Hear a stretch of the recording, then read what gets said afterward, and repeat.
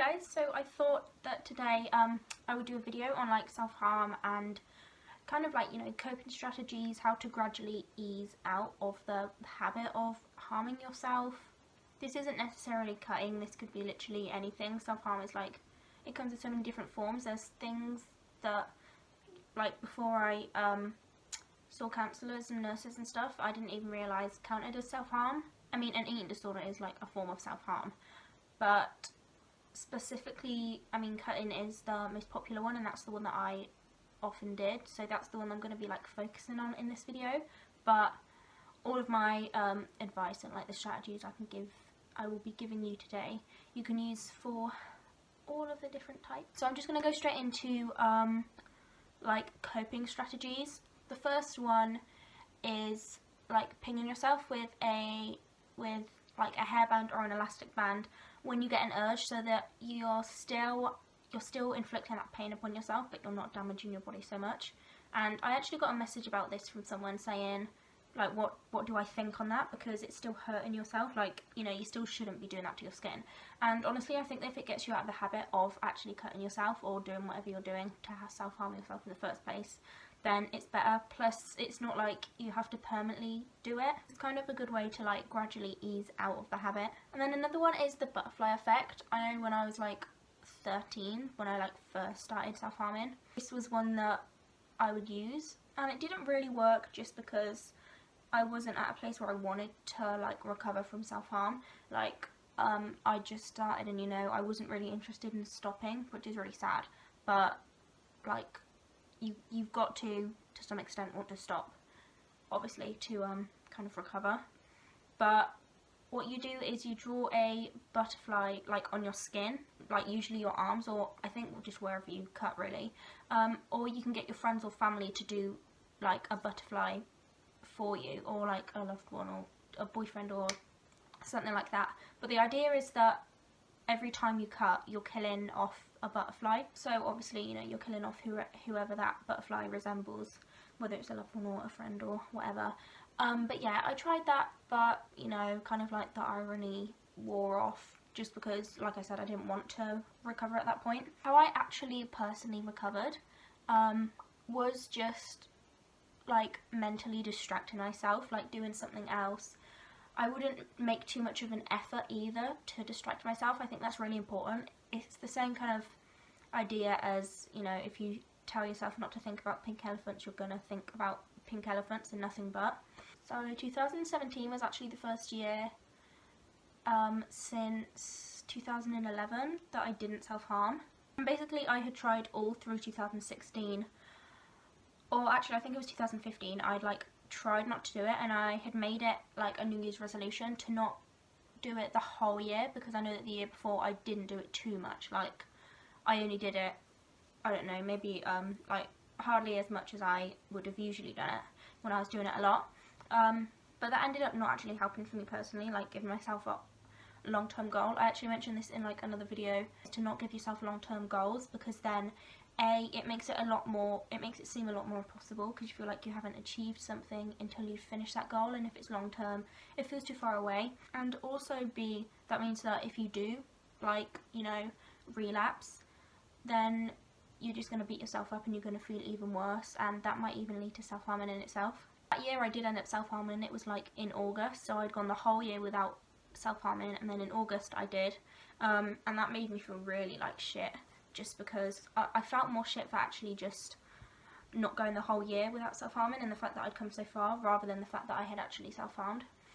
But yeah, I think that was 2015. I don't think it was 2016. And then 2017, basically at the end of the year of 2016, I said, I won't set myself a long-term goal like I did last year, but I'll see how long I can go, you know, and I will really work on just, you know, not doing it. I'll take it day by day.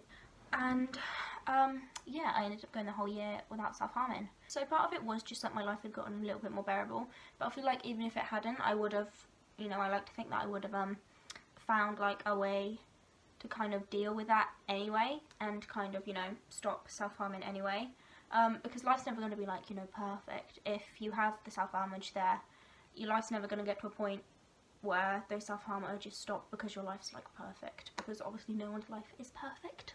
And also I feel like I got to a point where I didn't want to self-harm anymore, and I'd also been given a lot of like coping strategies, so just like, you know, distracting yourself. I personally watch YouTube, or I like to do some adult colouring. Those like adult colouring books are really helpful. Just things like that. I wouldn't really go out of my way to distract myself. I wouldn't make a big deal out of it, so I wouldn't be like, oh, I'm getting an urge, I need to do this. I would more focus on what I was already doing, because I feel like if I did something just because I had an urge, that would make me focus more on the urge, if you know what I mean, because I would become aware that I was doing that thing to suppress an urge, and obviously it'll be different for everyone. That might really help you, because it might make you realise that you're trying to like suppress that urge, I guess, and like ignore it. But yeah, for me, that's not how I roll. Oh, we're just gonna wait for the sun to go in, because I can't see. Excuse me, Mr. Sun, can you go behind a cloud? I'm trying to film. But yeah, distracting yourself. And just kind of realising that, you know, kind of like really realising what you're doing, that it's not like a normal way to express yourself, you know, that it's not healthy. Also, I want to talk about scars, like focusing on scars. Some people's might not scar, mine did temporarily, like they're pretty much cleared. I have a few like dark marks on my skin, but you really can't tell they're there unless it kind of just looks like freckles, or, you know, like some pigmentation. But yeah, you're gonna get scars obviously if you keep cutting, or if you do it really deep. It just kind of depends. For a long time I felt like my cuts weren't deep enough, so they weren't relevant, so I didn't feel like I could tell people that I was struggling, because they'd go like, what's that, it's a little scratch or something. But like, it doesn't matter, like you shouldn't be doing it anyway. Like whether you're banging your head against the wall or like cutting your skin, you shouldn't be doing anything to harm yourself. I ended up having to put bio oil on some of my scars, which I don't think for me they actually helped that much. Mine kind of just cleared up on their own. But if you have got really bad ones, then you can use bio oil, because that's a really good like popular one. I know Primark do like a cheap version, that Bioderma thing. And actually another like piece of advice that I was actually given by someone that I saw, and someone who helped me with my self-harm, was she suggested that I give my razor to my dad, or like, you know, put it in my dad's room, just so that the urge wasn't there. Like now I can have my razor in my room and it's fine, because I don't really so much get the urges anymore at all, because it is one of those things that mentally just kind of goes away as you recover from it, and you can retrain your brain like not to want to do it. It is just like a habit, and it's like an addictive thing.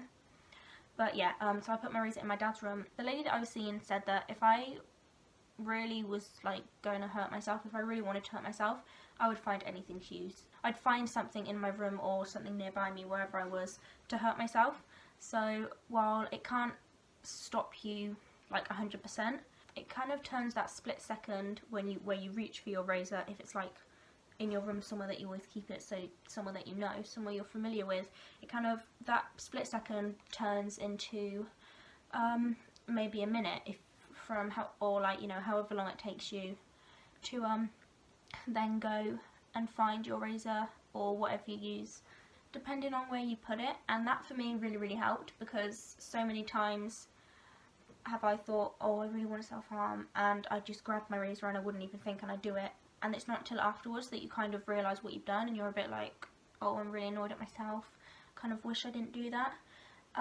Or even like, usually for me it was the next day, where I'd calmed down and I would look at my arms and I'd be like, I feel really bad for like my body, like why have I done this, my poor skin, especially when you're such a young age as well. It's really sad.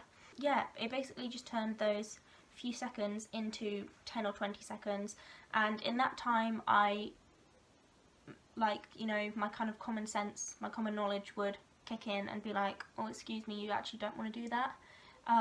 And yeah, it would just kind of make me stop. And then I actually grew into the habit of, my common sense would kick in before I even felt the urge. So it got to the point where I'd sometimes feel an urge and I'd be like, actually no, I'm not going to listen to it, just because by putting my razor in another room and delaying that, you know, that time where you grab the razor, I'd grown really familiar with accepting that hurting myself wasn't something that I wanted to do. So yeah, they're basically a few coping strategies and advice that I wanted to pass on. Hopefully that will help you. I also wanted to answer some questions. I have like about 3 or 4 questions. I just asked you guys to ask me some questions, so I'm going to answer a few of those. Someone actually said something that I'm going to say here because I think that's really helpful. I think she just wanted me to say it on here.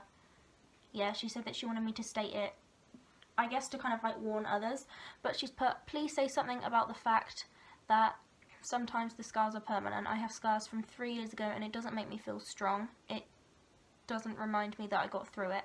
It reminds me of the dark period I was in. Nothing about it is empowering or romantic. Please state that. This is all my own opinion. So yeah, I really agree with that. I used to, actually another thing I'm going to cover quickly is the fact that I used to like having the marks on me. I guess now when I look back, I thought I was a bit of a weirdo to think that, but now as I look back I realise it's just part of the like addiction, because self-harm is an addiction. It is like, you know, it's something that's addictive, hence why we do it, why we like keep doing it. There's literally no other way. There's no other reason that you keep going back to that specific one. But yeah, like I said, I kind of had permanent temporary scars, so sometimes I'd have scars that might last like a year, and once they were gone, once I started self-harming a lot less regularly, I actually really missed them. That is something that goes away as you kind of train your brain. It is a lot like dealing with weight gain with an eating disorder during recovery, but yeah, you learn to like deal with it, and you learn to you know, not want the scars there, not want the marks there. And yeah, like she said there, you know, it's not something that in a few years time you'll appreciate on your body. Having said that, if you do have them now and you can't get rid of them, don't beat yourself up about it. Like, it's not an awful thing. People won't judge you for it, and honestly if they do, then that's just their fault for having a lack of understanding and acting upon it in like a negative way. Someone asked how can they like combat the thoughts in a health and safe way. I mean, I basically already covered that, but yeah, basically just healthy alternatives. Also spend time with friends, just distracting yourself, also doing things that you actually enjoy, not just doing stuff for the sake of distracting yourself. So yeah, whether it's having a bath or reading or watching YouTube, doing something creative as well, because you know, it'll be a nice thing if something good can come out of it. And then the last one I'm going to cover is, how did your friends and family react to your self-harm? They kind of found out in a like, I mean, I ended up telling a few of my friends, but my family actually found out just like through my counselling and stuff, or a few of my members of my family did. Yeah, they were just pretty understanding. Like, I do have a nice group of friends and a nice understanding family. Like, you know, I like to choose my friends wisely. I have like, you know, nice friends, and at that age, because there's a lot of like, you know, two-faced people or people enjoy drama, I wasn't about that, and I was definitely not going to tell those kind of people what I did, because I knew that people would be quick to judge. Not that I worry so much, and especially now I don't care at all what people think, but I think it's not worth telling people if you don't think anything good's going to come out of it. And yeah, that's why I only told a couple of my friends, but they were pretty good, and I told them just so they could like support me, you know. And sometimes it's just nice to tell like a few of your closest friends, just so they know what's going on, so that if you are a bit funny or you're particularly down one day, they can just look out for you, and yeah, B, so that they can help you through it. But yeah, so my friends were good, and my family were just really upset that, you know, I was doing that to myself, but they weren't angry, they weren't like, you know, judgmental or anything. I think if you're worried about telling someone, then you shouldn't be, and if they're horrible about it, then that is just a lack of understanding, and that's them just not being very nice. They should be supportive if they are, you know, your true friends. So yeah, I think that's everything. So I hope that you found this video helpful, or I hope it kind of made you understand if you're watching it because someone you know is going through it. But yeah, it does get better. It's just all about like training your brain and realising that there are other things to do other than hurt your body. And yeah, thank you for watching, and also thank you for subscribing. I'm nearly at 2,000 subscribers. And yeah, like if you did enjoy it, and also comment below any suggestions. I know I always ask you to do it, but I'm always kind of a bit stuck for video ideas at the moment. I have like writer's block, I'm not writing. Creator's block. So yeah, thank you for watching, and I will see you in my next video. Bye! Little shout out to my £3 Primark lip gloss. Yeah, buddy.